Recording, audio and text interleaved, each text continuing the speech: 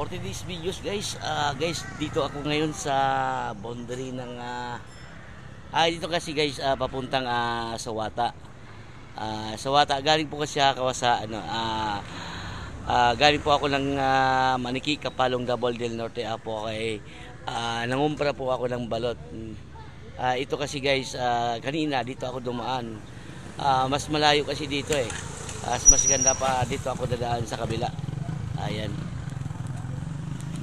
Parang naligaw na yata ako dito, mga kaidol. Ito pala sa sa kabila, daanan papuntang Gupitan to Mandalingan.